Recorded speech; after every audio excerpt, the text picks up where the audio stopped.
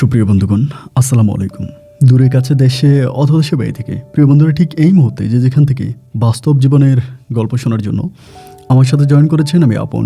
আর যে আপন জীবনের গল্পের 1101তম পর্বে আপনাকে বরাবরের মতো স্বাগতম জানাচ্ছি। বন্ধুগণ, আজ আমি আপনাকে শোনাবো বরিশালের ছেলে মোহাম্মদ নাদিম হোসেনের জীবনের হৃদয় কাঁপানো কালো জাদু নিয়ে এক ভয়ঙ্কর বাস্তব জীবন কাহিনী। বন্ধুরা, আজকের গল্পের টাইটেল কালো জাদু করে পুত্রবধূকে 15 দিন কবরে রাখে জীবিত।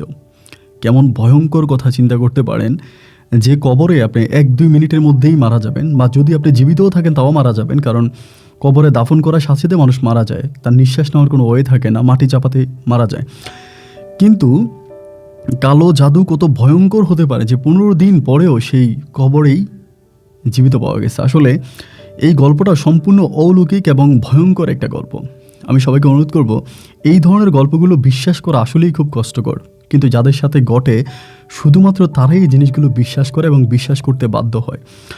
তাও এই গল্পটার মাঝে কিছু বাস্তবিক প্রমাণও আছে। আপনি যে একেবারে অবিশ্বাস করবেন বিষয়টা সেরকম কিছু না। আমি গত কয়েকদিন আগে আপনাদের রাজধানী ঢাকার কামরাঙ্গীর চরের এক মেয়ে আমাকে খুবভাবে কান্নাকাটি করে বলতেছিল যে ওনার মা দীর্ঘ প্রায় 6 বৎসরের মতো অসুস্থ, এবং বাকি জিনগুলোতে যেমনই ছিল লাস্ট 2টা মাস ধরে তার মা বলতেছে যে তার মায়ের বুকের মধ্যে মনে হয় যেন কিছু একটা ঢুকিয়ে রাখছে। এটা বের করতে পারতেছে না। যত ডাক্তার যত জায়গায় নিয়ে যাচ্ছে, ঢাকাতে বড় বড় ডাক্তারদের বোর্ড মিটিং হয়েছে, বাট কোনো কাজ হয় না। তো আমি সিলেটের একটা কবিরাজের গল্প প্রচার করেছিলাম। আমি আসলে এই কাজটা করি না, কখনোই করি না, বাট এই মেয়েটার কান্নাকাটি দেখে খুব আবেগ প্রবণিত হয়ে আমি তার কবিরাজের নাম্বারটা দিলাম, এবং ওই কবিরাজের সাথে কন্ট্রাক্ট করার পরে কবিরাজ নাকি বলে দিল যে তোমার মা যেই রুমে ঘুমায়, যেখানে তোমার আম্মা ঘুমায়, সেখানে যে তাদের তো বিল্ডিং নিচতলার মধ্যে ঘুমাইতো, বলে বিল্ডিংয়ের তোমার আম্মা যেখানে ঘুমাইতো ওই খাটটা সরিয়ে ওই জায়গাটা করো, ভাঙো, ভেঙে ভিতরে একটা পুতুল পাবা, যে পুতুলের বুকের মধ্যে 4টা সুই বসানো। সম্পূর্ণ এই পুতুলের সুইগুলো বের করো এবং বের করার পরে এটাকে আগুনে পুড়ে ফেলো। আপনি চিন্তা করেন যে মেয়ে বলল যে তাদের এই ঢালাইটা তাদের বিল্ডিংটা বানানো হয়েছে আজ থেকে বহু বছর আগে, এবং বহু বছর আগে বানানো ওই বিল্ডিংয়ের ভিতরে মেয়ের মা যে রুমে ঘুমাতো সেই রুমে খাটের নিচে এই পুতুল কিভাবে ঢুকালো। আজকে যদি মাটি হতো তাহলে হয়তো চিন্তা করতাম যে মাটি কুড়ে বা মাটিতে গর্ত করে না হয় ঢুকানো হয়েছে, কিন্তু কোনো কিছু ভাঙা হলো না। কালো জাদু দিয়ে জিন দ্বারা এমন কিছু কাজ করা যায় যেগুলো আসলে আমাদের বিশ্বাস করাও বড্ড কষ্টকর হয়। এবং ওই পুতুলটাকে পুড়িয়ে ফেলার পরে মহিলা আলহামদুলিল্লাহ এখন অনেক সুস্থ আছে। তিনি আমাকে বলেছে তিনি হজে যাবে, আমার জন্য দোয়া করবে। যাই হোক, আমি এই কথাটাই বললাম যে এই যে কালো জাদু কতটা ভয়ঙ্কর, এবং যারা এই কালো জাদুগুলো করে বেসিক্যালি তারা কখনোই জান্নাতের মুখ দেখে না। তারা আল্লাহর সৃষ্টির শ্রেষ্ঠ জীবের ভিতরে নিকৃষ্ট প্রাণী হিসাবে প্রমাণিত হয় যারা এই কালো জাদু করে কিংবা কালো জাদুর আশ্রয় নেয়। সবাই ভালো সবাই গল্পটা শুরু থেকে শেষ পর্যন্ত শুনবেন, এবং গল্প শেষে বরিশালের ভাই নাহিদ হোসেনকে আপনার মতো করে নাদিম হোসেনকে আপনার মতো করে একটা মন্তব্য কমেন্ট বক্সে লিখবেন। ধন্যবাদ সবাইকে। সুপ্রিয় বন্ধুগণ, আসসালামু আলাইকুম। আমার নাম মোহাম্মদ নাদিম হোসেন, আমার বাড়ি বরিশাল। বন্ধুগণ, আমি আমার জীবনের গল্পটা শুরু করার শুরুতে আপনাদেরকে আমার পরিবারের বিষয়ে জানিয়ে রাখি। আমার পরিবারে আমি আছি, আমার বাবা আছে, মা আছে, এছাড়া রয়েছে আমার দাদা সহ আমার ছোট 2টা ভাই। আমরা টোটাল 3 ভাই, আমাদের কোনো বোন নেই। আমাদের পরিবারটা বরিশাল শহর থেকে অনেক দূরে সবুজ শ্যামলা করা কোনো এক মায়াবী গ্রামের এক নিম্ন মধ্যবিত্ত পরিবার। আমার বাবা পেশায় একজন শিক্ষক। আমাদের এলাকারই একটা নুরানি মাদ্রাসায় আমার বাবা শিক্ষকতা করে। আমি খুব ছোটোবেলা থেকে দেখে আসছি দিনের কাজে আমার আব্বা সবসময় ব্যস্ত থাকে। 5 ওয়াক্ত নামাজ পড়ে, রোজা রাখে, এবং ধর্মীয় কাজগুলো আমার আব্বা খুব ভালোভাবে করে। এমন ধার্মিক একটা পরিবারে জন্মগ্রহণ করে আমি নিজেকে অনেকটা ধন্য মনে করি। আমার বাবা যে মাদ্রাসায় শিক্ষকতা করতো, আমিও সেই মাদ্রাসায় পড়াশোনা করি। আমার মাও খুব ধর্মীয় একজন ব্যক্তি ছিল। এরকম একজন মানুষ আমাদের এলাকার মানুষরা কখনোই আমার মায়ের চেহারা দেখেনি। আমার মা বাবার খেজমত করা, নামাজ পড়া, রোজা রাখা এবং দিনের কাজ করা ছাড়া এর বাইরে আমার মা কখনোই কারোর সামনে যেত না, কখনোই কারোর সাথে কথা বলতো না, সবসময় ঘরের মধ্যেই থাকতো। আমাদের পরিবারটা খুব সুখে শান্তিতে কাটতে থাকে। আমার বয়স যখন মোটামুটি প্রায় 9 থেকে 10 বছরের কাছাকাছি হয়, আমি তখন মোটামুটি প্রায় অনেকটাই বড় হয়ে যাই। ওই মুহূর্তে আমার বাবার মাথায় একটা ভীমরতি ঢুকে। ভীমরতি বলতে ঠিক এরকম বিষয়টা আমাদের মাদ্রাসায় পড়াশোনা করতো এক মেয়ে। ওই মেয়ের মায়ের সাথে নাকি আমার আব্বার নাকি পরকীয়ার সম্পর্কে লিপ্ত হয়। এরকম খবর আমি যে মাদ্রাসায় পড়াশোনা করি ওই মাদ্রাসায় অনেক বাচ্চারাই আমাকে বলতো। মানে ওই মেয়েটা আমার থেকেও 2 বছর জুনিয়র ক্লাসে পড়তো। তো আমাকে সবাই বলতো যে এই মেয়েটা তো সৎবোন, মানে আমাকে বলতো এটা তোর সৎবোন, এর মায়ের সাথে তোর আব্বার সম্পর্ক আছে। এরকম করে অনেকেই খুব খারাপ ভাষায় আমাকে এই কথাগুলো বলতো। যদিও প্রথম দিকে আমি জিনিসগুলো খুব ভালোভাবে মাথায় নিতাম না, কিন্তু শেষের দিকে জিনিসগুলো আমি একটা সময় বিশ্বাস করতে বাধ্য হই। তার বড় কারণ হচ্ছে আমার মা কারণে অকারণে মাদ্রাসার পিছনেই ছিল ওই মহিলাদের বাড়ি। আমার আব্বা সেই মহিলাদের বাড়িতে যাইতো এবং সেই বাড়িতে বসতো, খাওয়া দাওয়া করতো, এবং আমার আব্বা ওই মহিলার মানে ওই মেয়ের মায়ের সাথে সত্যি এক ধরনের একটা ভালো লাগার সম্পর্ক ছিল। তো আমি খুব ভাবতে অবাক লাগে, আমার যেই বাবা কোনোদিন কোনো নারীর দিকে চোখ তুলে তাকায় নাই, 5 ওয়াক্ত নামাজ পড়তো, এরপরে আমার আব্বা সবসময় ধর্মীয় কাজে ব্যস্ত থাকতো, মানে এরকম একটা মানুষ কি করে এবং এমন একটা নারীর ফাঁদে পড়ে গেল। এবং যে মেয়েটার কথা আমি বলি ওই মেয়ের বাবা মারা গেছে এবং ওই মেয়ের মা বিধবা, মানে একাই ঘরে থাকে। এবং দেখা গেল যে ওই মেয়ের মা কিন্তু পর্দাশীল না, হয় না যে একটা পর্দাশীল মহিলা পর্দাশীল না। এরকম করে জিনিসগুলো তখন আমার চোখে পড়তে থাকে এবং ভিতরে খুব বেশি কষ্ট কাজ করে, কেন আমার বাবা এরকম হবে? আমার বাবা তো এরকম হওয়ার কথা না। আমার বাবাকে নিয়ে তো আমার অনেক ড্রিম ছিল, অনেক স্বপ্ন ছিল। এবং আমার মাও বলতো যে আমার আব্বা যথেষ্ট পরিমাণের ভালো মনের একজন মানুষ। আমার আব্বা কখনো খারাপ কোনো কিছু করা তো দূরের কথা, খারাপ কোনো কিছু আমার আব্বা চিন্তাই করতে পারে না। অথচ সেই বাবার জীবনে এমন কলঙ্ক লেগে গেল, এটা আসলে আমি মানতে পারতেছিলাম না। বিষয়টা যে শুধুমাত্র আমার কানে রয়ে গেল তা নয়, এই বিষয়টা আমার পরিবারের মায়ের কানে পর্যন্ত পৌঁছে গেল। একদিন মা আমাকে ওই মহিলার বিষয়ে সরাসরি জিজ্ঞেস করে এবং জিজ্ঞেস করার একটা পর্যায়ে আমি তখন মাকে বলি যে না মা, আমি আসলে এরকম কোনো কিছু দেখি নাই। আমি মাকে মিথ্যা বলি, মায়ের কাছে অস্বীকার করি। কিন্তু মানুষের মুখ তো আর বন্ধ রাখা যায় না। আমার মাদ্রাসা অনেক বাচ্চারাই পড়াশোনা করে, অনেক মানুষই যায়, এবং আম্মা একটা সময় শিওর হয়ে যায় যে না, আমার আব্বার সাথে ওই মহিলার কোনো একটা অবৈধ সম্পর্ক আছে। এটা জানার পর আমার মা তখন আমার আব্বার সাথে তুমুল পরিমাণের ঝগড়া করে এবং ঝগড়াঝাটি এরকমভাবে শুরু করেছে, আমাদের পরিবারে যে শান্তি ছিল, শান্তি নামের শব্দটা আমাদের পরিবারে মরে গেছে। অশান্তির আগুনে আমাদের পরিবারের প্রত্যেকটা মানুষ তখন জ্বলে পুড়ে ছাই হয়ে যাচ্ছিলাম। একটা পর্যায়ে আমার মা তখন বাধ্য হয়ে আমার বাবাকে ওই মহিলার কাছ থেকে ফিরানোর জন্য একটা কবিরাজের আশ্রয় নেয়। এই কবিরাজটাই আমাদের জীবনের সবচেয়ে বড় কাল হয়ে দাঁড়ায়। আমার মা আমার নানু বাড়িতে আমার নানুর মাধ্যমে একটা কবিরাজের শরণাপন্ন হয়। যখন ওই কবিরাজের শরণাপন্ন হয় তখন ওই কবিরাজ আমার মাকে বলে আমার বাবাকে নাকি কালো জাদু করা হয়েছিল। আমার আব্বা নাকি একদিন দুপুরবেলা ওই মহিলার বাসায় গিয়েছিল পানি খাওয়ার জন্য। দুপুরবেলা আমাদের মাদ্রাসার যে টিউবওয়েল ছিল, টিউবওয়েল নষ্ট ছিল। তো মহিলার টিউবওয়েল থেকে আমার আব্বা পানি খাওয়ার সময় মহিলা নাকি আমার আব্বাকে দেখে এবং আব্বাকে দেখে সেই দৃষ্টিতেই নাকি আমার আব্বাকে তার ভালো লেগে যায়। এরপরে সে আমার আব্বার নামে কুফুরি করতে থাকে, আমার আব্বার নামে কুফুরি করে এবং কুফুরি করার পরে আমার আব্বাকে সে বর্ষে নিয়ে যায়। আসলে আমার আব্বা এই মুহূর্তে যা কিছু করতেছে সবই আমার আব্বাকে জিন দ্বারা করানো হচ্ছে। আমার আব্বা আসলে এসব করার জন্য প্রস্তুত নয় বা আমার আব্বা এসব করতে চায় না। ভাইবে চিন্তা দেখলাম যে কি করা যায়। ওই মহিলা তখন আমার মাকে ওই হুজুর, মানে যিনি কবিরাজ ছিলেন, তিনি অনেকগুলো তাবিজ অনেক কিছুই দিলেন এবং আমার মা এই জিনিসগুলো ব্যবহার করতে শুরু করলেন। এবং যখন ব্যবহার করতে শুরু করলেন দেখা গেল আমার আব্বার ভিতরে যে সমস্যাটা ছিল ওই সমস্যাটা আস্তে আস্তে করে সমাধা হতে শুরু হলো। আমার আব্বা ওই মহিলার সাথে কথা বলে না, ওই মহিলার ঘরের দিকেও যায় না, এবং কেমন জানি আমার আব্বার ভিতরে আল্লাহর অশেষ রহমতে একটা পরিবর্তন চলে আসলো। এবং আমরা আসলে বুঝতে পারি না যে ওই মহিলা, মানে আমার আম্মা যে কবিরাজের কাছে গিয়েছিল, ওই কবিরাজের চিকিৎসার যে একটা পার্শ্ব প্রতিক্রিয়া আছে এটা আমরা আসলে বুঝতে পারি নাই। আমার আম্মা যেই কবিরাজের কাছ থেকে তাবিজ নিয়ে আমার আম্মাও ব্যবহার করতো, আব্বাকেও দিত এবং ওই মহিলার কাছ থেকে আমার আব্বাকে সম্পূর্ণভাবে সরাই আনছে। কিন্তু যে জিন দ্বারা আমার মা এই কাজটা করেছিল বা ওই কবিরাজ এই কাজটা করেছিল, ওই জিনের কালো নজরে তখন আমার আম্মা পড়ে যায়। আমার আম্মা দেখতে শুনতে অনেকটা সুন্দরী ছিল, তিনি ধর্মীয় একজন ব্যক্তি ছিল, 5 ওয়াক্ত নামাজ পড়তো বলে। তখন দেখা যায় যে আমি যতটুকু আমার মনে আছে একদিন সন্ধ্যার সময় আমার আম্মা পুকুরে গেছিল। আমাদের তো আসলে সন্ধ্যার দিকে পুকুর পাড় থেকে পানি এনে বাড়িতে রাখতে হয়। তো ওই দিন বৃষ্টি পড়তেছিল, ঘুরে ঘুরে বৃষ্টি পড়তেছে, আম্মা পুকুর পাড়ে গেছে পানি আনার জন্য। তা পানি আনার জন্য যাওয়ার পরে আম্মার বাড়ি আসে না, ঘরে আসে না। তখন খুব টেনশন লাগতে শুরু হলো। আব্বারে বললাম, ছোটো ভাইদেরকে বললাম, কিরে আম্মা তো পুষ্কুনে পাড়ে গেল পানি আনতে, তা আম্মা পানি আনতেছে না কেন, আম্মা আসতেছে না কেন? সূর্য ডুবে যাচ্ছে, চারদিকে অন্ধকার হয়ে যাচ্ছে। আমার ছোটো ভাইটা তখন দৌড়িয়ে পুষ্কুনের পাড়ে গেল, যাই দেখতেছে আম্মাও নাই, কলসিও নাই। তা আম্মাও নাই, কলসিও নাই, এটা দেখার পরে ও তখন খুব অবাক হয়ে যায়। ও তখন দৌড়িয়ে ঘরে আসে, আইসা আমারে বলতেছে, ভাইয়া আমি তো পুষ্করিণীর পাড়ে গেলাম, কলসিও দেখতে পাচ্ছি না, আম্মাকেও দেখতে পাচ্ছি না। আম্মা, কলসি কোথায় গেল?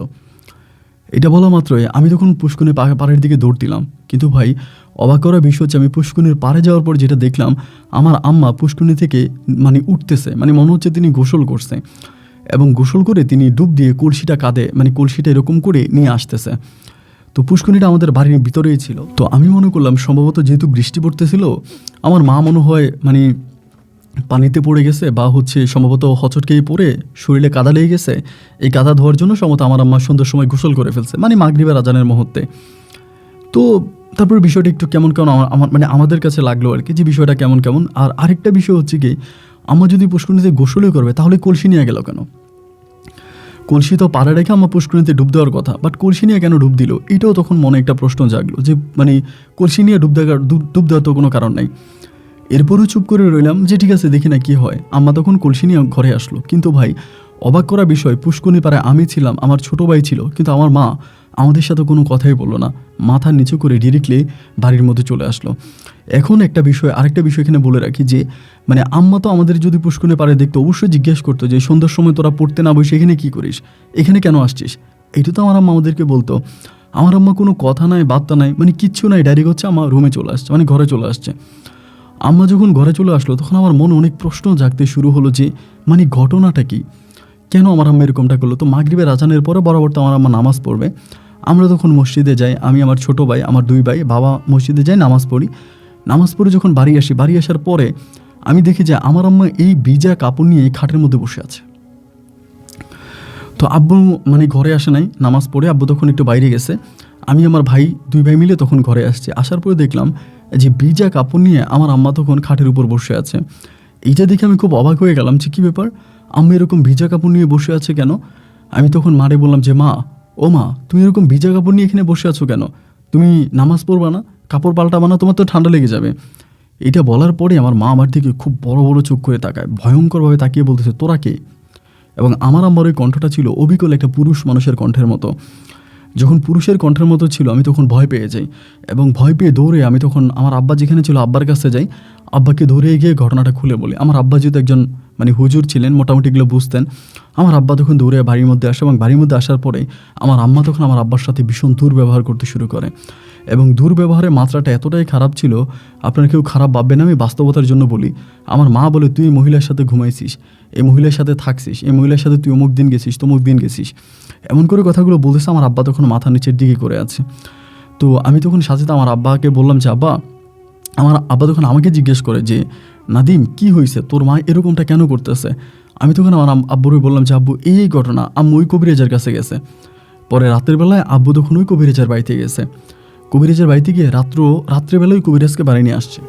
আসার পরে আম্মাকে তখন ঘরের বারান্দায় বসানো হয়। যেহেতু আমাদের একটা ধর্মীয় ফ্যামিলি, আমরা ধার্মিক মানুষজন, তো এই জন্য বাইরের কোনো মানুষকে আমরা আমাদের বাড়িতে আনি নাই। আমার আম্মাকে যে ওই হুজুরের সামনে আনা হয়েছে, এটাতে আমার আব্বা খুব রাগ করছে, যে এটা কেন করা হলো, আমার আম্মার পর্দা নষ্ট হয়েছে। হুজুরের কাছে আনা হয়েছে, আনা হওয়ার পরে আমার আম্মা তখন আমার আম্মার ভিতরে যে জিনিসটা ছিল, ওই জিনিসটার সাথে তখন কবিরাজ কথা বলতেছে।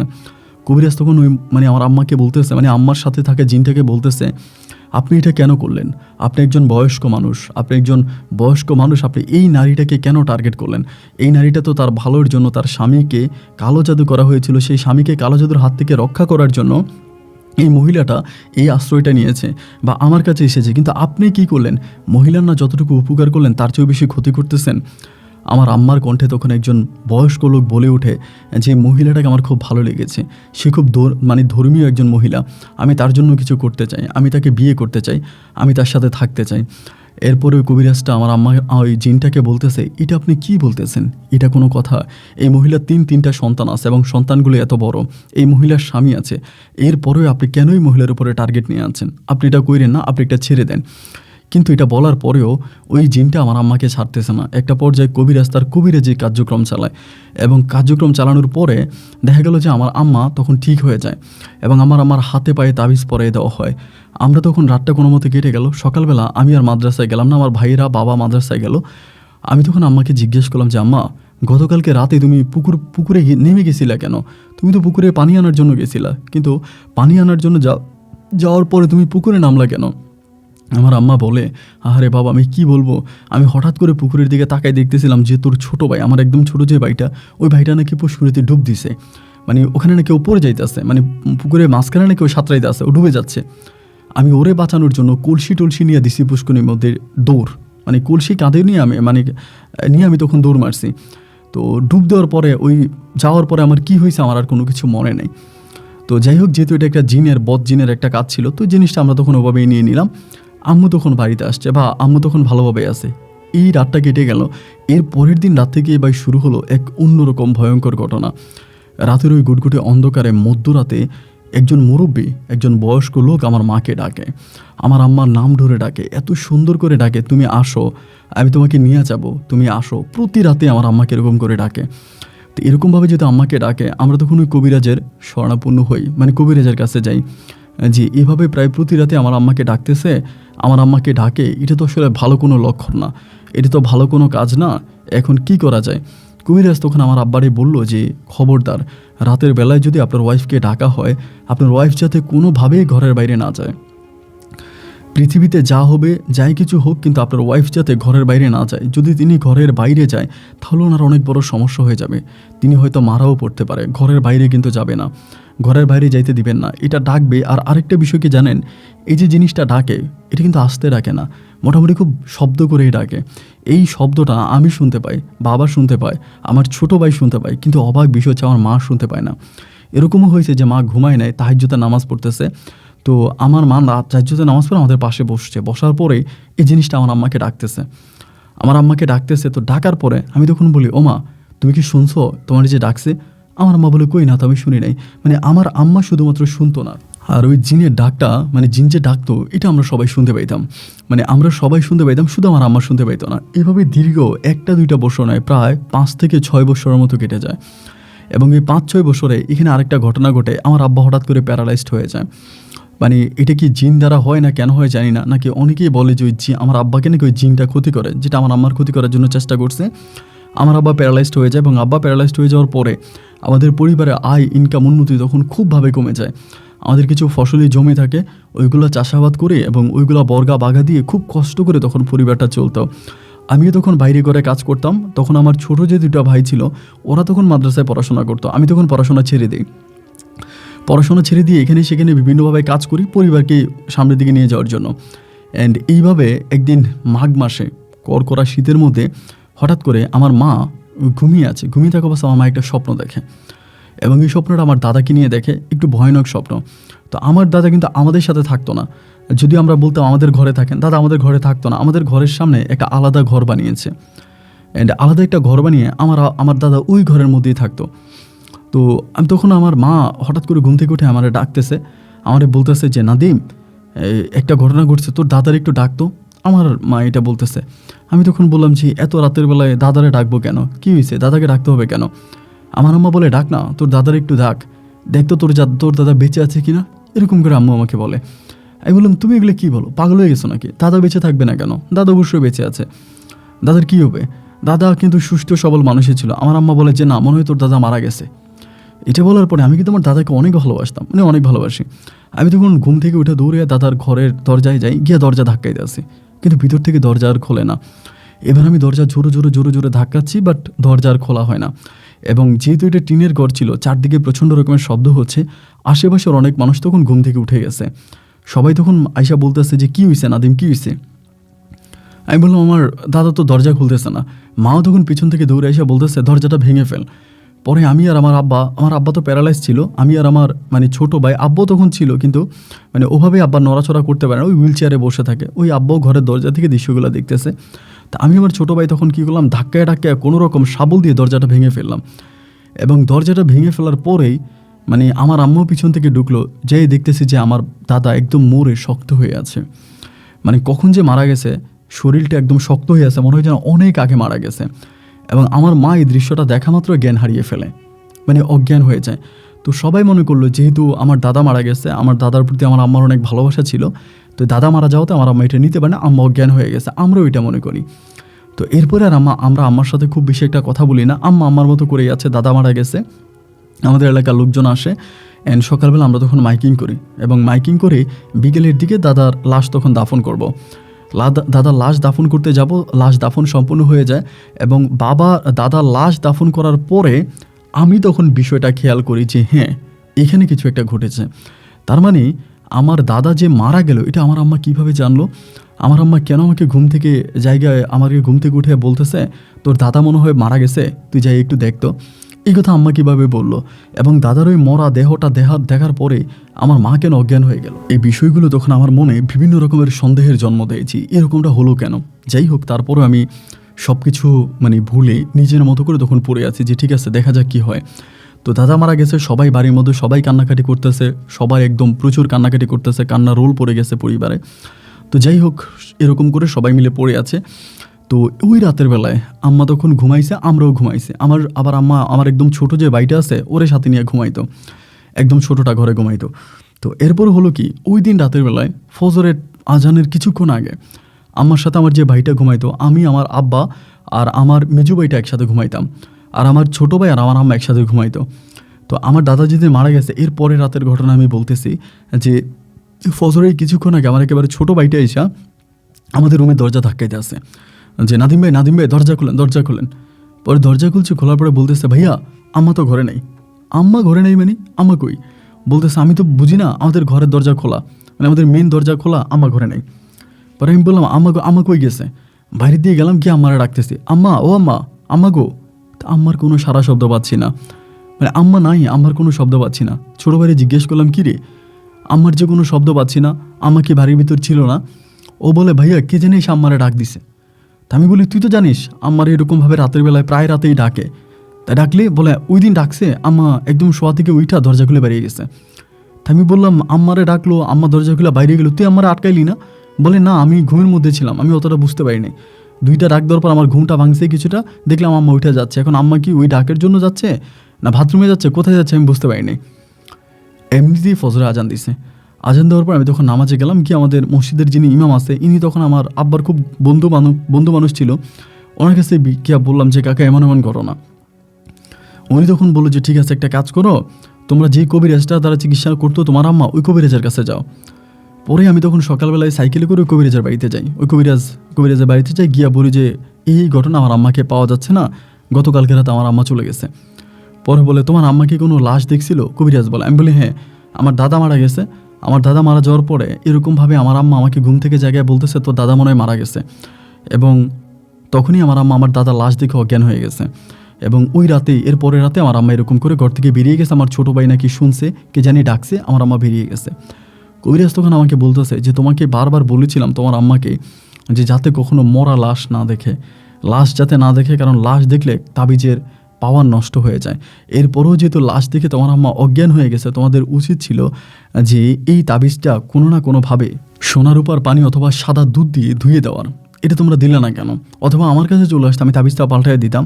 তার মানে ওই জিনটা খুব খারাপভাবে তোমার আম্মাকে স্বপ্নে দেখাইছে তোমার দাদা মারা গেছে, যাতে তোমার দাদা মারা গেছে এটা জিন জানছে, যিনি তোমার আম্মাকে স্বপ্নে দেখাইছে তোমার আম্মা যাতে এই লাশটা দেখতে যায়।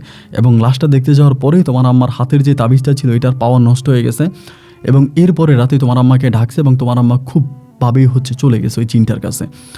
তা আমি বললাম যে ঠিক আছে, জিনের কাছে চলে গেছে, ভালো কথা, তো যা হবার তা হয়েছে, এখন আমার আম্মাকে আনার ব্যবস্থা করেন। উনি বলে তুমি একটু বসো, আমি চালান করি।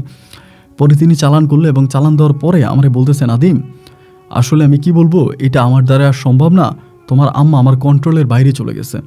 আমার যতটুকু কন্ট্রোল ছিল আমার কন্ট্রোলের বাইরে তোমার আম্মাকে নিয়ে গেছে। আমি আর তোমার আম্মাকে আনতে পারবো না, বা আমার ক্ষমতা নেই তোমার আম্মাকে এনে দেওয়ার। আমি তখন বললাম আপনি এটা কী বলতেছেন, আমার আম্মাকে এনে দেওয়ার ক্ষমতা আপনার নাই মানি? তাহলে আমার আম্মা কোথায় গেল? এটা আমার আম্মাকে আপনি এনে না দিলে আমি কী করব? উনি বলে তোমরা অন্য কবিরাজের কাছে যাও, আমার দ্বারা আর এটা সম্ভব না, তোমার আম্মা যে জায়গায় চলে গেছে ওই জায়গা থেকে তোমার আম্মাকে ফিরিয়ে আনা সম্ভব না। আমার আব্বা তখন প্যারালাইজড হওয়া একজন মানুষ, তখন কি করব? পরিবারের পুরোটা চাপ আমার উপরে, ছোটো ভাই দুইটার পড়াশোনা, এবং ওই মুহূর্তে ঘরের মধ্যে রান্না বান্না থেকে শুরু করে সব কাজ আমি করি। আমার আম্মার আর কোনো সন্তান পাওয়া গেলই না। আমরা এই দিকে ওই দিকে বিভিন্ন জায়গায় আম্মাকে খুঁজে বেড়াইতেছি, বাট আম্মার আর কোনো সন্তান পাওয়া গেল না। আম্মা নাই একেবারে আম্মা নাই হয়ে গেল। তা আম্মা নাই হয়ে আম্মা কোথায় চলে গেল এবং কেন চলে গেল, কি কারণে গেল, কে এসে আমার আম্মাকে ডাকলো। তখন আমরা আমাদের এলাকার যেই মানুষের মাধ্যমে শুনি অমুক কবিরাজ ভালো, ওই কবিরাজের কাছে যাই এবং কবিরাজের কাছে গিয়ে বলি যে আমার আম্মাকে এরকম পাওয়া যাচ্ছে না। অ্যান্ড কবিরাজ দেখা বলে এত টাকা লাগবে, অত টাকা লাগবে। আমাদের যে ধানি জমিগুলো ছিল, জমির প্রায় বেশিরভাগ জমি আমরা বিক্রি করে ফেলি শুধু আমার আম্মাকে খুঁজতে গিয়ে। কবিরাজের কাছে গেলে বলে 20,000 টাকা লাগবে, এনে দিতে পারবো, 20,000 টাকা দিই, এরপরে বলে টাইম নিব, এনে দিব। ওরকম করে অনেকগুলো দিন কেটে যায়, বাট আমার আম্মার আর কোনো সন্তান পাই না। পরে আমরা সম্পূর্ণভাবে আম্মাকে আম্মা আমাদের জীবন থেকে চলে গেছে বা আম্মাকে আমরা আর পাবো না, এরকমটাই তখন আমাদের আমার মাথার মধ্যে চলে আসছে আর কি, যে আম্মাকে হয়তো আর পাওয়া যাবে না। একদিন দুদিন না, দীর্ঘ 3টা মাস কেটে গেছে। 3টা মাসও আম্মার কোনো সন্তান আমরা কোনো জায়গায় পেলাম না। কোথাও আমার কোনো সন্তান পাওয়া গেল না। আম্মা কোন জায়গায় গেছে না গেছে, কোথাও আমার কোনো সন্তান নাই। অ্যান্ড এরকম করতে করতে আমাদের বরিশালে আমাদের আমার দুঃসম্পর্কের এক খালার বাড়ি। তো ওই খালা তখন আমাকে আর আমার ভাইদেরকে দাওয়াত দিছে ওই অনুষ্ঠানে। তাই দাওয়াত দেওয়ার পরে আমরা সেই অনুষ্ঠানে যাব। আমি আমার ছোটো ভাই 2টা অনুষ্ঠানে রওনা দিছি। দেওয়ার পরে ওই বাজারটার নাম আমি বলি শামসুদ্দিনের বাজার বলে, শামসুল্লাহ বাজার বলে। এই শামসুল্লাহ বাজারের ওইখানে যাওয়ার পরে হঠাৎ করে আমরা রিক্সাতে উঠবো, রওনা দিব, এক মহিলা ভিক্ষুক আর কি, আপনি এরকম কাঁথা টাথা পরে আছে পাগলের মতো, পাগল বেশি এক ভিক্ষুক আমারে বলতেছে যে মিষ্টি নিবি না, খালার বাড়ি যাবি, মিষ্টি নিবি না। এই কথাটা খুব জোরে বললো, কণ্ঠটা কেমন জানে আমার মায়ের মতো লাগলো। আমি তখন হঠাৎ করে তাকাইলাম, দেখলাম একটা ছিঁড়া কাঁথা পড়ে আছে, কাঁথা পড়ে আছে এরকম নিচের দিকে তাকায় আছে। আমি দৌড়ে গিয়ে যখন কাঁথাটা টান দিলাম, আল্লাহু আকবার, আমি দেখলাম এটা আমার মা। একেবারে মাথার চুল টুল হইয়া শরীরের মধ্যে মনে হয় 1 ইঞ্চি পর্যন্ত ময়লা জমে গেছে। মাকে দেখা মাত্র আমি চিৎকার দিয়ে জড়াই ধরছি, ও মা তুমি এখানে। তো তখনই আমার ছোট যে 2 ভাই আছে তারাও তখন এসে আম্মারে জড়াই ধরে কান্নাকাটি করতেছে। তো এই বাজারের যে অন্য মানুষরা ছিল তারা তখন দৌড়ে আসছে, আইসা বলে কী হয়েছে। আমি বললাম যে আমার মার এখানে পাওয়া গেছে পাগল বেশে। পরে বলতেছে এই মহিলাকে তো এর আগে আমরা কখনো দেখি নাই এবং এই পাগলিকে তো আগে কখনো এই বাজারের আশেপাশেও দেখি নাই, আমাদের বাজারে তো এই মহিলাকে আজকে প্রথম দেখলাম, এ কোত্থেকে আসলো। আমি তখন দৌড়ে আমার আম্মারে নিয়ে আমার এই দিক দিয়ে আমার নানিরে খবর দিছি, নানারে খবর দিছি। আমার নানা নানি সহ আরও অনেকে আমার নানু বাড়ি থেকে আসছে। আমার আম্মারে তখন আমি বাড়িতে নিয়েছি, নিয়ে আমার নানি সহ আমাদের গ্রামের আরও কয়েকটা মহিলা নিয়ে আমার আম্মারে তখন গোসল করায়। এবং গোসল করানোর পরে আমার শরীর পরিষ্কার করে আমার নানি ওই দিনে বিকেলের মধ্যে ওই কবিরাজের বাড়িতে আমার মাকে নিয়ে যায় সিএনজি করে কবিরাজের বাড়িতে নিয়ে যায়, কবিরাজকে দেখাবে। তো কবিরাজের বাড়িতে নিয়ে যাওয়ার সময় আমার আম্মা বারবার বলতেছে উনি তো পাগল বেশে বলতেছে আমার কোথাও নিয়েন না, আমার কোথাও নিলে কোনো কাজ হবে না, আপনাদের স্বপ্ন পূরণ হবে না, আমাকে নিয়েন না, আমাকে নেওয়ার প্রয়োজন নাই। তারপরেই কবিরাজের বাড়িতে আম্মাকে নিয়ে যাওয়া হয় এবং নিয়ে যাওয়ার পরে ওই কবিরাজের সামনে আমার আম্মাকে বসানোর পরে আমার কবিরাজ তখন বলতেছে যে আপনার ছেলের ভাগ্যে আপনার নাতির ভাগ্যে হয়তো তার মা ফিরে এসেছে, কিন্তু আমি ওনার চিকিৎসা করতে পারবো না, ওনার চিকিৎসা করা আমার দ্বারা সম্ভব না। পরে আমার নানি তখন বলতেছে যে আমার মেয়েটারে কোথায় নিয়ে গেছে এবং এই 3 মাস আমার মেয়ে কোথায় ছিল। বলে এই 3 মাস আপনার মেয়ে কোথায় ছিল এগুলো বললে আপনি বিশ্বাস করবেন না, আর আপনাকে আমি বিশ্বাস করাতেও চাই না। শুধু এটা বলতে চাই আপনার মেয়েকে আমার কাছ থেকে নিয়ে যান, আপনার মেয়েকে আমি কিছু করতে পারবো না, আপনার মেয়েকে কিছু করার ক্ষমতা আমার নাই। পরে এখান থেকে আমরা নিয়ে আসি আয়শা ভাই, আমরা কোনো কবিরাজ বাদ দিই নেই, বিভিন্ন জায়গায় কবিরাজের কাছে নিয়ে যাইতেছি। দেখা যায় আমার আম্মা হাতে তাবিজ পরে ভালো থাকে, 1 দিন 2 দিন ভালো থাকে, এরপরে আবার যেই সেই। তো দেখা যায় পারিবারিকভাবে তখন তো অনেক অভাবে আছি, অনেক অভাব অনটনের মধ্যে দিন কাটতেছে। তো আম্মার যে খুব ভালোভাবে চিকিৎসা করব সেটাও পারতেছি না, অত টাকা পয়সাও তো হাতে নাই। পরে চিন্তা করলাম যে যেহেতু এতটাই অভাব অনটন, চারদিকে প্রচুর পরিমাণের অভাব, তাহলে আমার আম্মার চিকিৎসা আমি ওই মাঝপথে বন্ধ করে দিলাম। আমারও তখন একেবারে বিয়ের বয়স হয়ে গেছে, আমি পাকা জোয়ান। তো আমিও বিয়ে শাদী করলাম না, ছোটো ভাইরাও তখন কাজে লেগে গেছে, আমিও কাজ করি, আম্মার সেবা যত্ন করে আমার এই শিকল দিয়ে বাইদা রাখি। এইভাবেই কিছুদিন কাটার পরে একদিন হঠাৎ করে আম্মা আমারে বলতেছে যে খুব সুন্দর করে আমারে বলে, নাদিম আমার একটু অজুর পানিতে আম্মা অজু করবো, এমন করে বলতেছে। এই দিনটা আপনার কী বার ছিল ওটা আমার মনে নাই, তবে বিকালের টাইম ছিল, মাগরিবের কিছুক্ষণ আগ মুহূর্তে, আসরের পরে আমি অজুর পানি দিলাম। আম্মা তখন ওই ঘরের মধ্যে শিকলে বন্দি অবস্থা উজু করলো। অজু করে আমারে বলে আমার একটু নামাজিটাতে আমি নামাজ পড়বো। তা আমি তখন বললাম যে এই প্রথম আমার আম্মা আমাদের পরিবারে আসার পরে এই প্রথম নামাজের জন্য নামাজি চাইলো। পরে আমি নামাজি দিলাম, আম্মা তখন 2 রাকাত নফল নামাজ পড়লো আমার সামনে। পরে আমারে বলতেছে কোরআন শরীফটা একটু দিবি বাবা। তা কোরআন শরীফটা দিলাম, দেওয়ার পর আমার আম্মা কোরআন পড়তে শুরু করলো এবং কোরআন যে তিনি পড়তে শুরু করলো, মাগরিবের আজান দিল এবং মাগরিবের আজানের পরে তিনি মাগরিবের নামাজও পড়লো না। আপনি চিন্তা করেন, এশার আজান দিল, এশার নামাজও পড়লো না। মানে কোরআন পড়তেই আছে এবং মোটামুটি খুব শব্দ করেই পড়ে। তো রাত্র প্রায় 11টার মতো বেজে গেছে। আমি তখন আম্মার কাছ থেকে কোরআন আনার চেষ্টা করতেছি যে না আর পড়তে হবে না, তুমি ঘুমিয়ে যাও। না, সে কোরআন দিতেছে না। কোরআনে হাত দিলেই খুব রাগ করে, এই কোরআনে হাত দিস না, আমি কোরআন পড়তেছে। এখন কি করব, তার কোরআনের রাতের বেলায় মানে গভীর রাতে যদি একটা মানুষ কোরআন তেলাওয়াত করে বা কোরআন পড়ে তাহলে তো ধরেন আশেপাশে অনেক শব্দ শোনা যায়। তো আশেপাশে দিকে অনেক মানুষ তখন আসতেছে, আইসা বলতেছে কিরে তোর আম্মা এরকম কোরআন শরীফ পড়তেছে, তার কাছ থেকে কোরআন শরীফ নিয়ে যায়, সে তো পাগল, সে তো আর বুঝে না। এখানকার ভিতরে আমাদের একজন মহিলা আছে আমাদের বাড়ির মধ্যে, তিনি আমার দাদি হয়। তিনি আবার কোরআনের অক্ষর বা কোরআনের হর্নগুলো উনি খুব ভালো বুঝতো। উনি বলে যে এত শুদ্ধভাবে কোনো মানুষ তো কোরআন পড়তে পারে না, এই ঠিক আছে সে পড়ক, তারে আর তোরা বিরক্ত করিস না। অ্যান্ড আমরাও তখন কী করলাম, রাতের বেলায় ঘুমিয়ে গেলাম, যেহেতু ভাই সকালবেলা কাজ আছে, কাজে যাইতে হবে। তখন মানে দিন চুক্তিতে মানে দিন মজুরের কাজ করে দিন চুক্তিতে আমি তখন ঘুমিয়ে গেলাম। এখন ঘুমিয়ে যাওয়ার পরে সকালে যখন ফজর আজান দিয়েছে আমার ঘুম ভাঙছে, আমি তখন ফজরের নামাজ পড়তে গেলাম এবং ফজরের নামাজ পড়তে যাওয়ার আগে আম্মা রুমে গেছি, যে দেখি কোরআন শরীফটা বন্ধ আছে, আমার আম্মা কোরআনের সামনে শুয়ে আছে, মানে ওই মাটির মধ্যে শুয়ে আছে। আমি ভাবলাম হয়তো আম্মা ঘুমিয়ে গেছে, এটা মনে করলাম। আমি মসজিদে গেলাম, গিয়ে ফজরের নামাজ পড়লাম, পরে আবার আসছি। আসার পরে দেখলাম যে আম্মা ওই শোয়া অবস্থার মধ্যেই আছে। পরে ভাবলাম যে সম্ভবত মানে ঘুমাচ্ছে, আমি আর ডাক দিলাম না। যখন কাজে রওনা দিলাম তখন আবার গিয়ে দেখি যে ওইভাবেই শুয়ে আছে। তখন আমার মনে ডাউট লাগলো, কিরে উঠে না কেন? ডাক দিলাম, ডাক দেওয়ার পরে 2-3 বার ডাক দিলাম, দেখি কোনো শব্দ নাই। এই ভয় পেলাম মরে গেল কিনা, দিলাম চিৎকার। বাড়ির আশেপাশে অনেক মানুষ তখন চলে আসছে। আসার পরে মুখের মধ্যে পানি ছিটিয়ে দিলাম এবং দেখলাম যে নিঃশ্বাস আছে। মুখের মধ্যে পানি ছিটানোর পরে আমার আম্মার জ্ঞান ফিরে আসলো এবং আসার পর আমারে বলে যে নাদিম কী হয়েছে?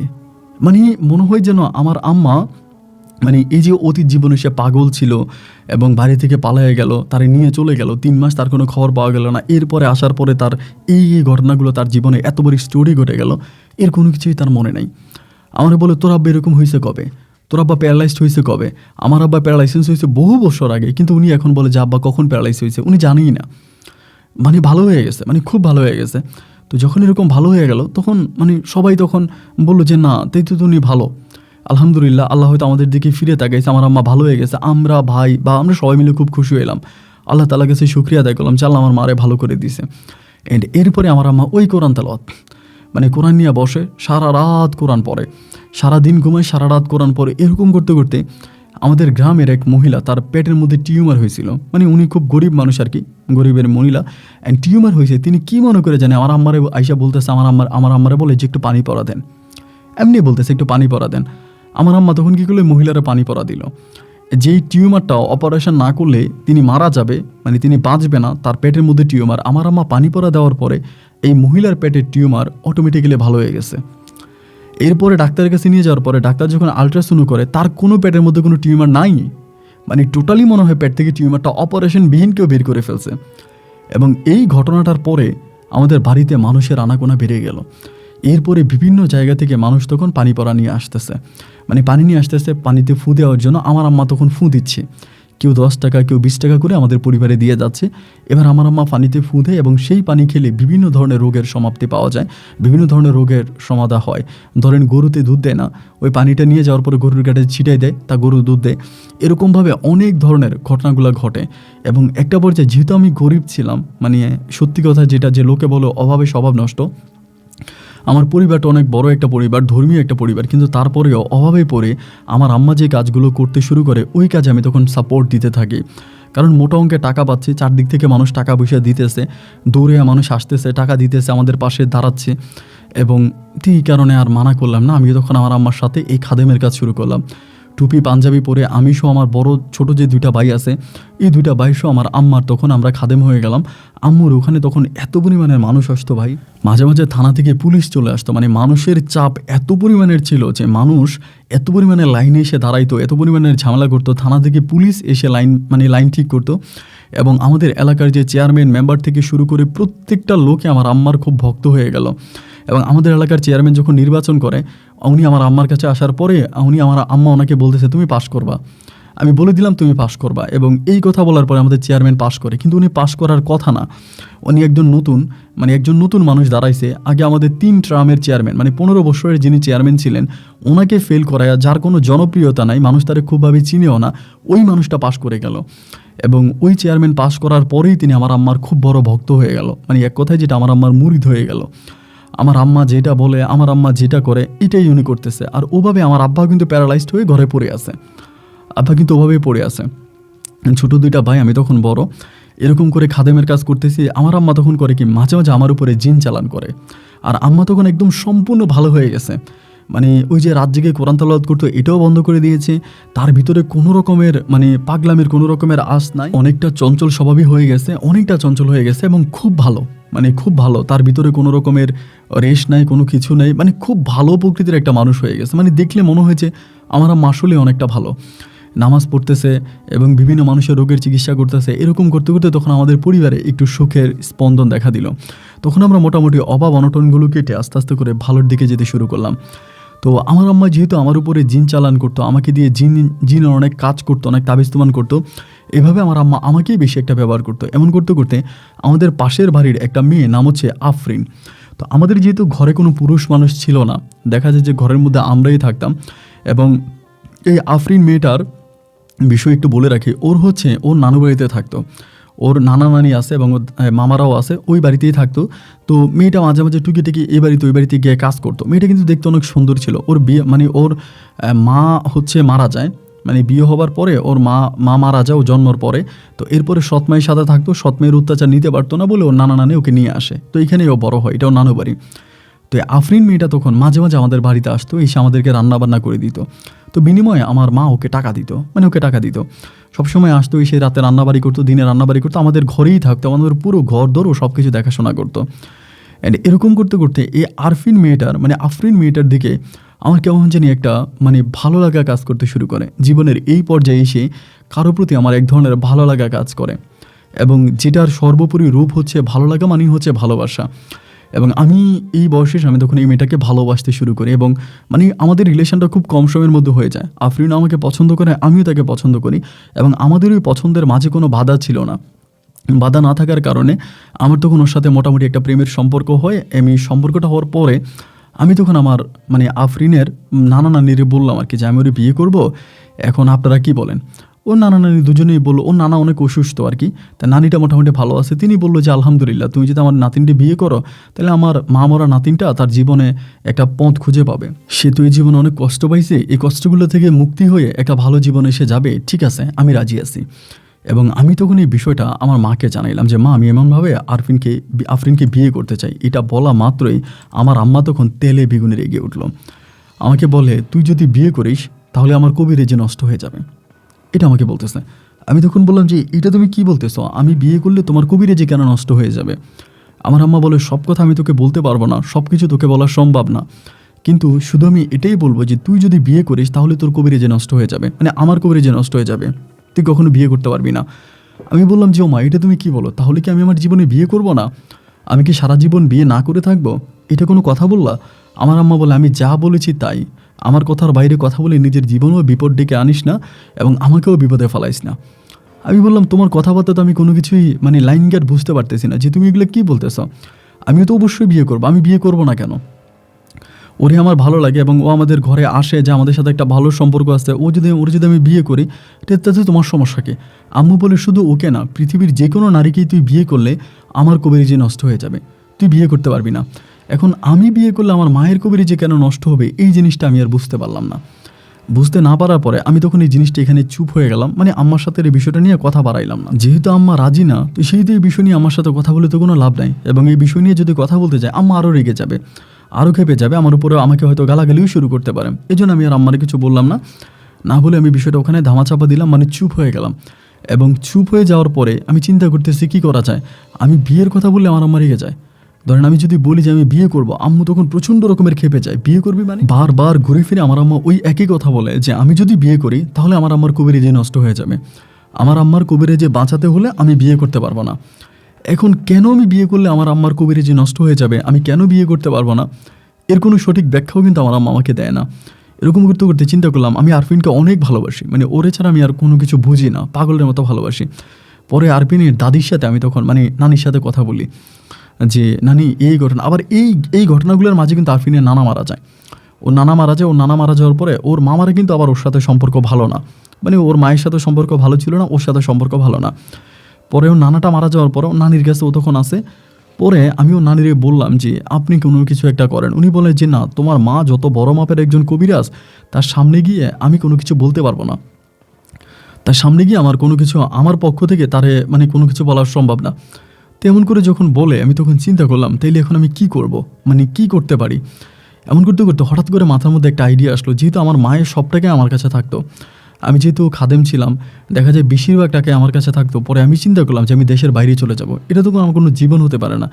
আমি বিয়ে করলে আমি বিয়ে করতে পারবো না, সংসার করতে পারবো না, আমার সন্তানাদি হবে না, তো এটা তো আমার কোনো জীবন হতে পারে না। মা বলে আমার ছোটো যে 2 ভাই আছে তারা বিয়ে করতে পারবে, তারা বিয়ে করলে কোনো সমস্যা নাই, কিন্তু আমি বিয়ে করতে পারবো না। আমি যদি বিয়ে করি তাহলে আমার আম্মার কবিরাজি নষ্ট হয়ে যাবে। ওই ঘুরে ফিরে একটা কথাই বলতেছে। পরে আমি এরকম করে চিন্তা করতে করতে ভাবলাম যে না, আমি দেশের বাইরে চলে যাব এবং আমার কাছে যে পরিমাণের টাকাগুলো আছে এগুলো নিয়ে আমি দেশের বাইরে চলে যাব। আমি তখন আম্মাকে না জানাই, মানে আমার মাকে না জানাই, আমি তখন গোপনে গোপনে পাসপোর্ট করি। এবং পাসপোর্ট হাতে পাওয়ার পরে আমি তখন এই পাসপোর্ট মানে সৌদি আরবে আমাদের একজন পরিচিত লোক আছে, মানে পরিচিত লোক বলতে আমরা একটা মানে লোকের চিকিৎসা করি আর কি, একটা পুরুষের, উনি সৌদি আরবে ব্যবসা বাণিজ্য আছে, ভালো অবস্থানে আছে। ওনার সাথে তখন আমি ফোনে যোগাযোগ করে ওনার কাছে আমি তখন আমার পাসপোর্টটা জমা দিই। দেওয়ার প্রায় 4 মাসের মাথায় তখন আমার ভিসা লেগে যায়। তো ভিসা লাগার পর আমার আম্মার কাছে কিন্তু পুরো বিষয়টাই হাইটিং, মানে আমি আম্মার কাছে কোনো কথাই বলি না। পরে আমার যে ছোট ভাইটা ছিল, একবার আমি তারে জানাইলাম, কারণ আমাদের তো একটা গার্ডিয়ান তো লাগবে। ছোট ভাইরে বললাম যে দেখ ভাই, তো এইভাবে বিদেশে চলে যাব, এখন এখানে থাকলে আমি বিয়ে করতে পারবো না, আম্মা আমাকে বিয়ে করতে দেয় না, আমি আরফিনকে ভালোবাসি, ওর সাথে আমি থাকতে চাই। তো এখন আম্মা যেহেতু আমাকে এখানে থাকলে বিয়ে করতে দিবে না, আমি যেহেতু বিয়ে করতে পারবো না, দেন আমি বিদেশ চলে যাব। এবং আমি তোরে আমার আম্মার যে পুঁজিটুকু ছিল, মানে বিদেশ যাওয়ার পর আমার যে টাকাগুলো ছিল, ওই টাকাগুলো আমি তখন আমার ছোটো ভাইয়ের হাতে দিয়ে দিলাম যে তুই এই টাকাগুলো রাখ এবং তুই আম্মার দেখাশোনা করিস, আম্মার কি হয় না হয় সবসময় আমার সাথে থাকবি, এবং আম্মুর যাতে কোনো রকমের অসুবিধা না হয়, আম্মু যাতে কোনোভাবে অসুস্থ না হয়, আমার সাথে ফোনে যোগাযোগ রাখবি। এই বলে একদিন রাতে আমি তখন ওই আরফিনের নানির সাথে কথাবার্তা বলে আমি তখন এই ঢাকার উদ্দেশ্যে রওনা দিলাম, মানে এই রাতে আমি চলে যাব। অ্যান্ড এ রাতে আমি চলে যাব, আমি বাসে আপনার প্রাইভেট কারে উঠি, মানে ঢাকায় আসার জন্য প্রাইভেট ভাড়া করি।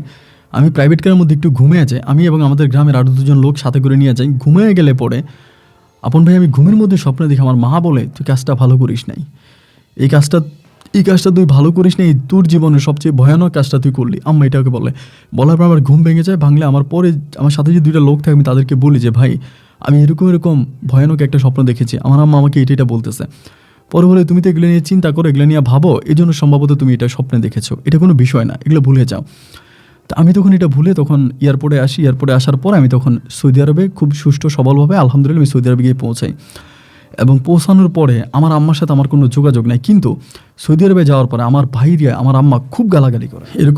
এরকমভাবে ছোটো ভাইরে বলে তোরা সবাই ক্রিমিনাল, তোরা সবাই বেইমান, আমি তোদের জন্য কী না করছি, তোরা তো আসলে ভাত খাইতে ভাত পাইতি না, আজকে তোদেরকে আমি বিল্ডিংয়ের মধ্যে ঘুম পাড়াই, তোদের আমি এত টাকা পয়সা দিছি, এত কিছু করছি, এরপরে তোর ভাই চলে গেল, আমারে জানাইলি না কেন, আমারে কেন বললি না, তুই আমাকে বললি না কেন, মানে খুবভাবে হচ্ছে আমার আম্মার এগিয়ে যায়। তা আমার সাথে আর এই বিষয়ে কথাবার্তা বলা হয় না। আমি সৌদি আরবে প্রায় 1.5 বছর থাকি, ওই 1.5 বছরে টোটালি আমি আমার মায়ের সাথে কোনো কথাবার্তা বলি নাই, মায়ের সাথে কোনো যোগাযোগ নাই, মাকে আমি ফোনও করি না এবং মাও আমার সাথে কথা বলতে চায়নি।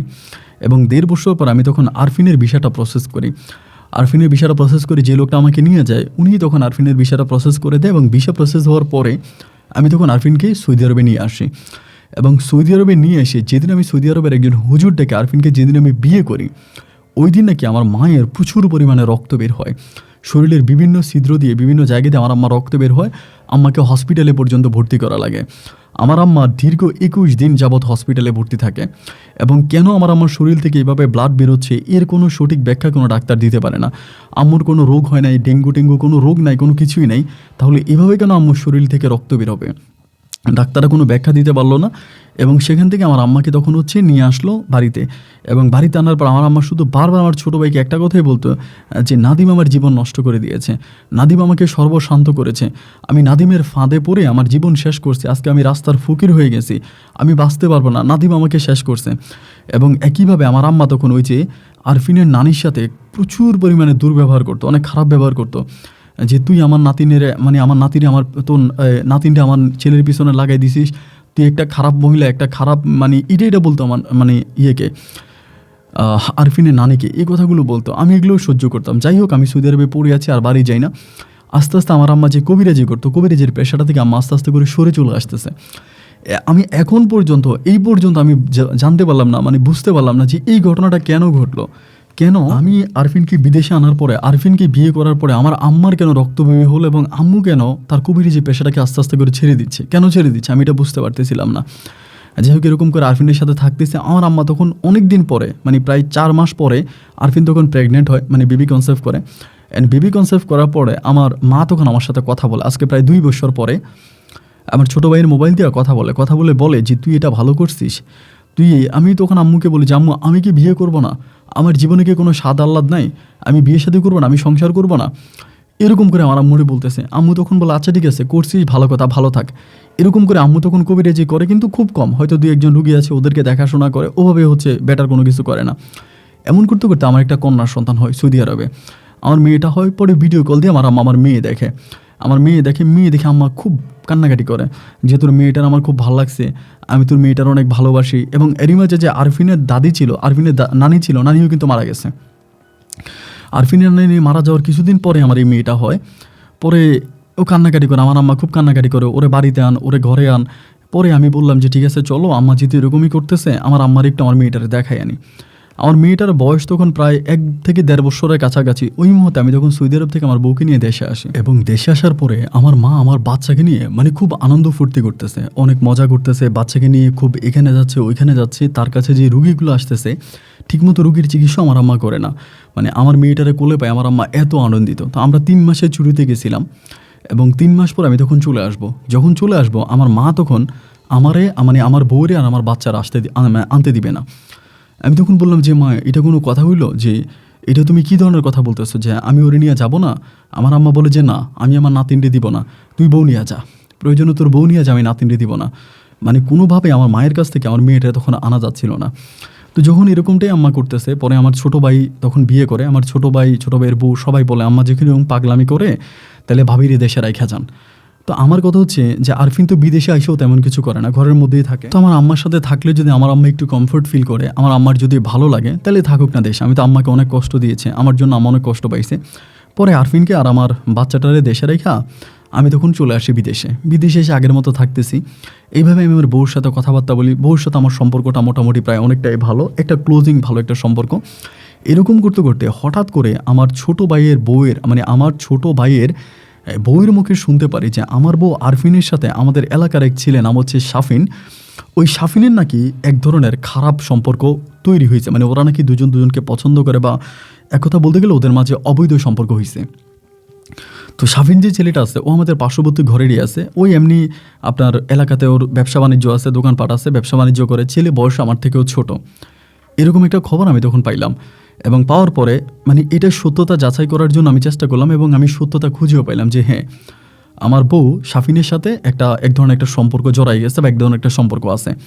তা আমি চিন্তা করলাম যেহেতু ওর ভিসা লাগানো আছে, ওর ভিসার এখনও মেয়াদ আছে, তাহলে আমি ওরা আর বিদেশে রাখবো না, আমি ওকে দেশে নিয়ে আসবো। এবং দেশে নিয়ে আসলেই সব কিছু সমাধান হয়ে যাবে, দেশে আসলে আর কোনো ঝামেলা থাকবে না। এরপর আমি তখন আমার সাথে কথাবার্তা, মানে আমার যেই মা ছিল মার সাথে কথাবার্তা বলি, মা তখন আমাকে বললো যে দেখ না তুই তোর বউরে নিয়ে যেতে পারিস কিনা, তোর বউ যাবে কিনা। এবার আমি যখন আরফিনরে বলি যে আরফিন আমি তোমার ভিসা প্রসেস করতেছি, তুমি সৌদি আরবে চলে আসো, আমার এখানে একা থাকাটা অনেক মানে প্রবলেম। ও আমাকে বলে না আমি যাবো না। মানে হঠাৎ করে ওর ব্যবহার চেঞ্জ হয়ে গেল। তো যাবো না মানে কেন যাবো না? ও আমাকে বলে না আমি যাবো না বলছি, আমি যাবো না, আমি তোমার সাথে যাবো না।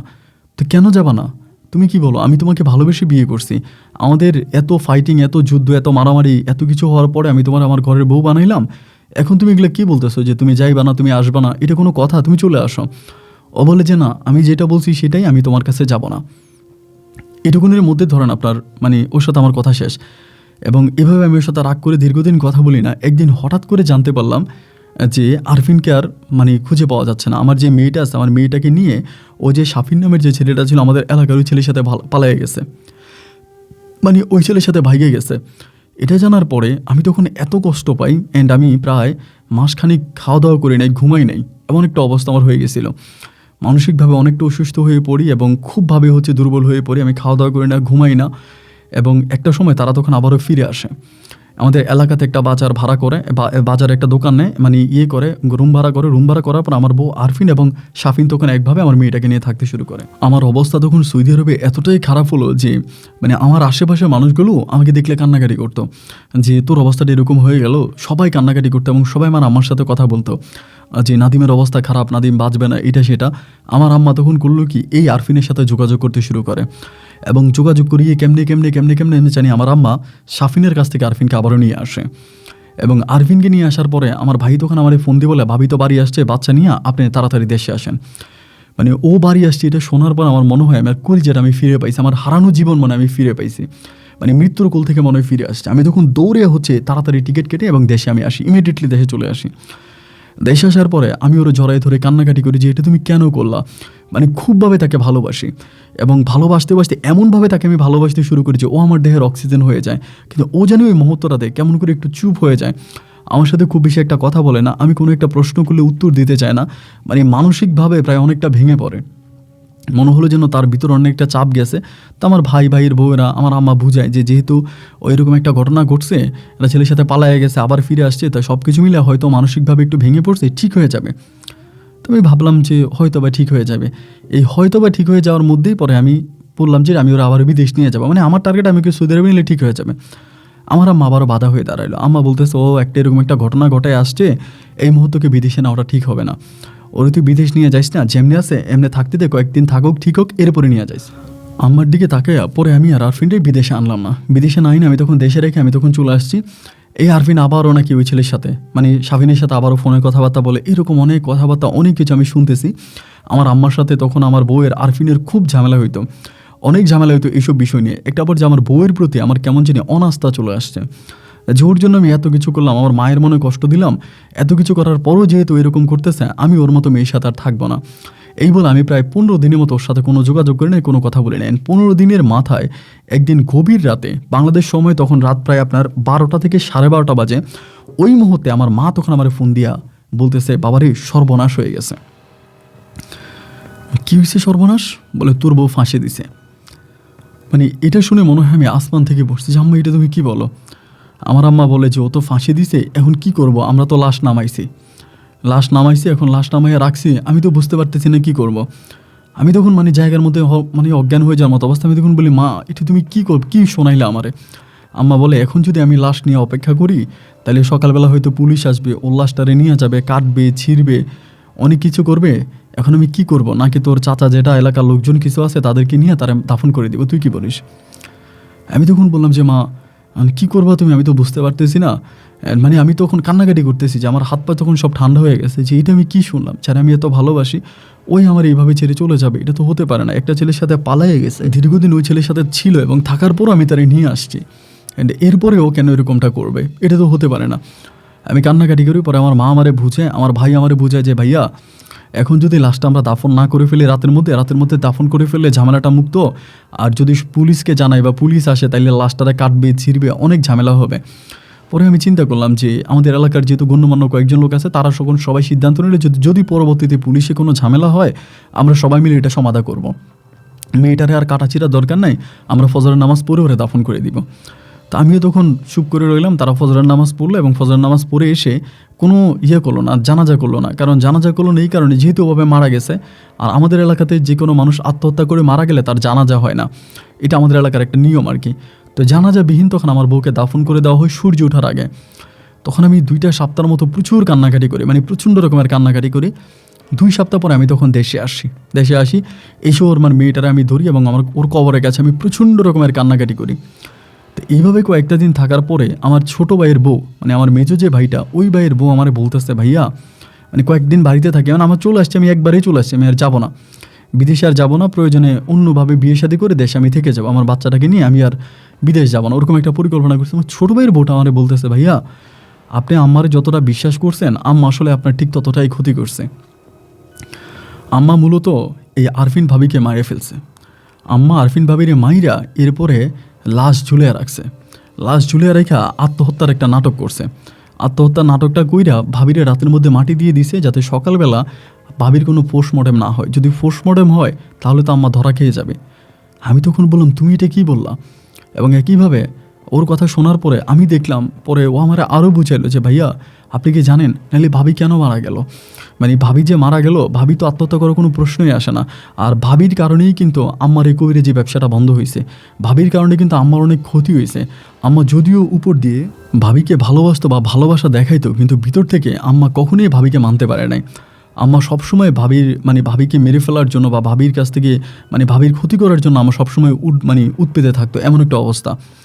তাই আমার ভিতরে তখন সন্দেহ লাগে যে আমার আম্মার কথাবার্তা, আচার আচরণ, কাজকাম, তখনও কিন্তু আমার আম্মা কবিরাজি করে। কবিরাজি কিন্তু বন্ধ নাই, হয়তো আগের মতো হচ্ছে না, কিন্তু কবিরাজি করে।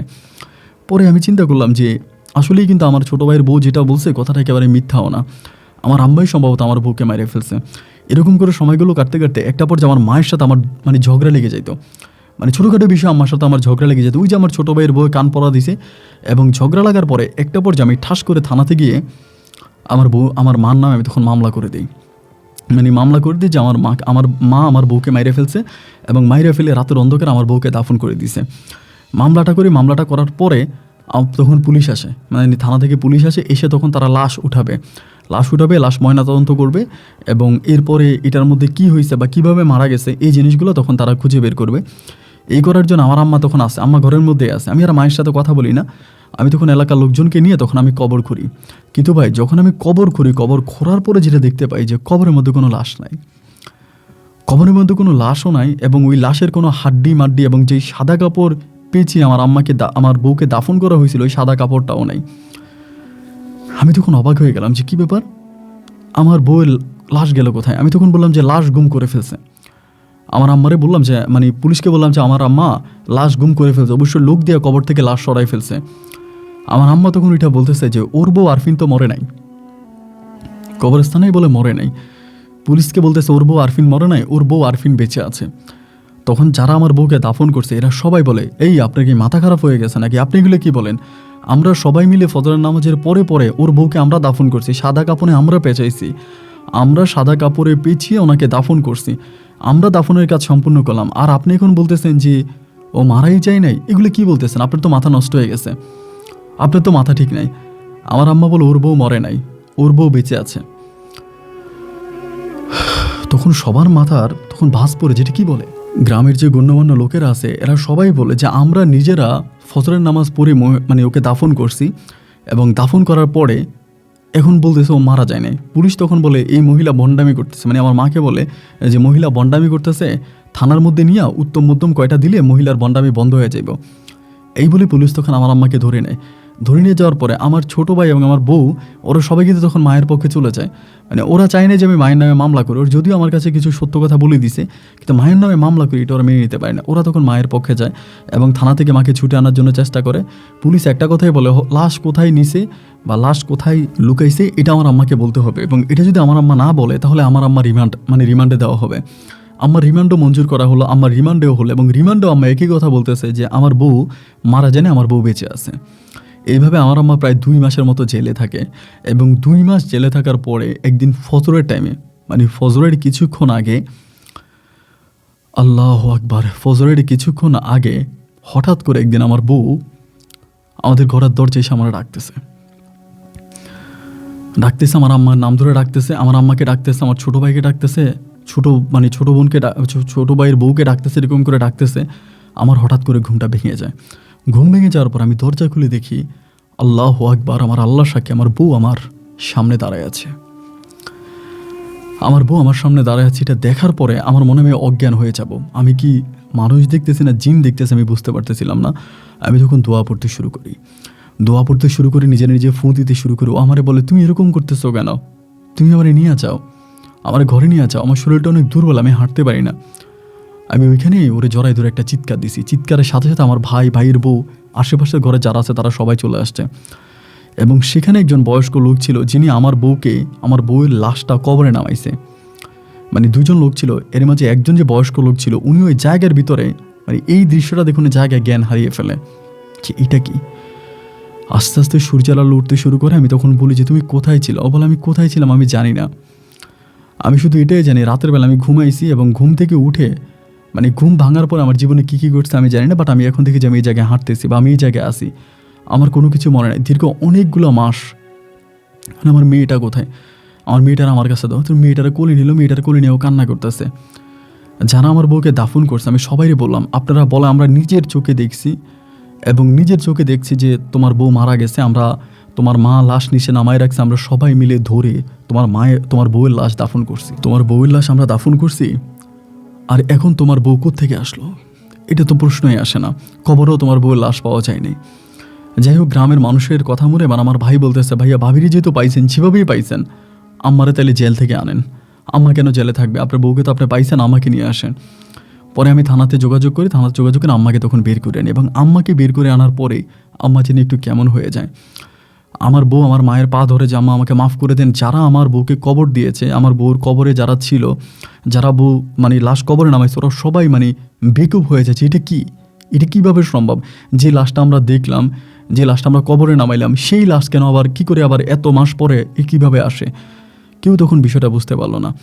এরপরে লাস্টে যেটা হইলো সেটা হচ্ছে, আমার মা এভাবে প্রায় 3 থেকে 4 মাসের মতো আমার আম্মা বাড়িতে ছিল। 3-4 মাস পরে আমার আম্মা হঠাৎ করে একদিন কোথায় জানি চলে গেছে। হঠাৎ করে একদিন কই জানি চলে গেছে, আম্মাকে আমরা আর খুঁজে পাইতেছি না। এবং 1 দিন নয়, 2 দিন নয়, 3 দিন নয়, দীর্ঘদিন, আজকে প্রায় আম্মা চলে গেছে 7 থেকে 8 বছর হয়ে গেছে। এই 7-8 বছর আমরা এমন কোনো কবিরাজ নাই, এমন কোনো জায়গায় নেই আমার আম্মাকে আমরা খুঁজি নাই, আম্মাকে খোঁজার চেষ্টা করি নাই, কিন্তু কোথাও আর আমার আম্মাকে খুঁজে পাই নাই। কিন্তু আমার বউ আরফিনের এই মৃত্যুর বিষয়টা বা ওর ফিরে আসার বিষয়টা আমরা যখন কবিরাজের সাথে আলাপ করি, বেশিরভাগ কবিরাজ যে কথাটা বলে যে জিনিসটাকে আমাদের গ্রামের মানুষ দাফন করেছিল, কবর দিয়েছিল, এই জিনিসটা ছিল মূলত একটা জিন।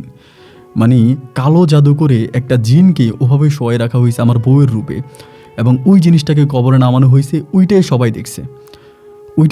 কিন্তু আমার বউকে কালো জাদু করে এখান থেকে কোথাও সরাই দেওয়া হয়েছে, বা আমার বউকে যদি এভাবে যদি আমি মামলা না করে আমার মাকে জেলে না ঢুকাইতাম, তাহলে একটা সময় আমার বউ সত্যি সত্যি মারা যাইতো এবং বেওয়ারিশ লাশ হিসাবে হয়তো কোনো জায়গায় আমার বউয়ের দাফন হয়ে যেত। এই কথাটা বেশিরভাগ কবিরাজরাই আমাকে বলে। যাই হোক, আমার জীবনে যেটা ঘটে গেল বা যেটা হয়ে গেল, এর বর্ণনা দিয়ে তো আমি শেষ করতে পারবো না। শত হলেও আমার মা আমাকে 10 মাস 10 দিন পেটে ধরেছে। আমার মায়ের সমস্ত অপরাধ ক্ষমা করে দিয়ে আমি মাকে আমার জীবনে ফিরে পেতে চাই। আমার মা এমনটি ছিল না। আমার মা যথেষ্ট ধার্মিক, 5 ওয়াক্ত নামাজি, ইসলাম প্রিয় একজন মানুষ ছিল। শুধুমাত্র আমার আব্বা পরকীয়ায় লিপ্ত। এই পরকীয়া থেকে আমার আব্বাকে বাঁচানোর জন্য আমার আম্মা কবিরাজের আশ্রয় নেয় বা কালো জাদুর আশ্রয় নেয়, এবং সেখান থেকে আমার আম্মার জীবনটা নষ্ট হয়ে গেল। কালো জাদু যে কতটা ভয়ঙ্কর, এবং এই কালো জাদু যে একটা পরিবারকে কীভাবে ধ্বংস করে দিতে পারে, আমার পরিবারটাই তার জ্বলন্ত প্রমাণ। আপন ভাই, এই এলাকাতে বা এই দেশে অনেক মানুষ আছে যারা এখনও কালো জাদুর আশ্রয় নেয়, কালো জাদু দিয়ে অনেক কিছু করার চেষ্টা করে। আমি তাদেরকে উদ্দেশ্য করে আমার এই গল্পটা আপনাকে বললাম, আপনি আমার গল্পটা প্রচার করবেন, তবে তারা কিছুটা মানুষ হয়তো সতর্ক হতে পারে, এই কালো জাদু থেকে হয়তো মানুষ ফিরে আসতে পারে। আমার গল্পটা আপনি রেকর্ড করবেন, আপনার কাছে আমার অনুরোধ রইল। এটা আমার ফোন নাম্বার, আমি বরিশালে আছি, যদি পারেন আমার সাথে যোগাযোগ করবেন। আর আমার আম্মার এক কপির ছবি আপনাকে দিলাম। আমার আম্মা এমন ছিল, যদি কোথাও আমার আম্মাকে দেখতে পান বা কোথাও যদি আমার আম্মাকে দেখা যায়, তাহলে প্লিজ আমাদেরকে জানাবেন। আমরা আমার আম্মাকে যদি পাগল বেশে কোথাও পাই, একবার তো হারাই গেছিলো, পাগল বেশে পাইছি, এরকমভাবে যদি কোথায় পাই আমার আম্মা আমাকে ঘরে নিয়ে আসবো। ভালো থাকবেন, আসসালামু আলাইকুম।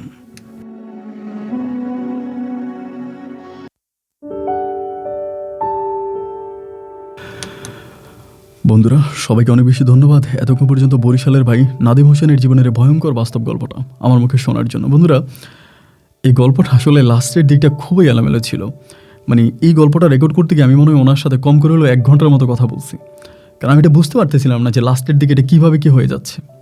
তো উনি আমাকে যেটা বললো বা যেভাবে বললো যে এটা আসলে একটা কালো জাদু ছিল, যদি দিনের আলোতে এই কাজটা করা হতো বা দিনের আলোতে যদি সবাইকে জানানো হতো, শোনানো হতো, বা সবাই যদি আসতো, সূর্য ওঠার পরে যদি এই লাশটাকে দাফন করা হতো, তাহলে নাকি অন্য কবিরাজরা নাকি বলেছে যে এটা উদাও হয়ে যেত, মানে লাশটা ভ্যানিশ হয়ে যেত, লাশটা পাওয়া যেত না। এজন্য সূর্য ওঠার আগে লাশটাকে দাফন করা হয়েছে, এবং ওই লাশটা টোটালি একটা জিন ছিল। আর ও যদি ওর মায়ের নামে মামলা না করতে, এইভাবে যদি ওর বউকে ফিরে না আসতো, তাহলে সাডেনলি একটা সময় ওর বউ মারা যেত। ওর মা প্রতিশোধের বশবর্তী হয়ে এই কাজটা করে, মা হয়ে প্রতিশোধ নিল নিজ সন্তানের উপরে, এবং এত ভয়ানকভাবে যেটা চিন্তা করলে শরীরের পশম দাঁড়িয়ে যায়। এরকম ঘটনা আর কারো জীবনে না ঘটুক, এবং কালো জাদু যে কতটা ভয়ানক, কালো জাদুর কাছ থেকে আল্লাহ আপনাদেরকে রহমত করুক, কালো জাদুর থেকে আপনারা ফিরে আসেন বা কালো জাদুর আশ্রয় না নেন। এই প্রত্যাশা আমি আজকের মতো এখানে বিদায় নিচ্ছি। দেখা হবে অন্যদিন অন্য কারো বাস্তব জীবনের গল্প নিয়ে। আল্লাহ হাফেজ, আসসালামু আলাইকুম।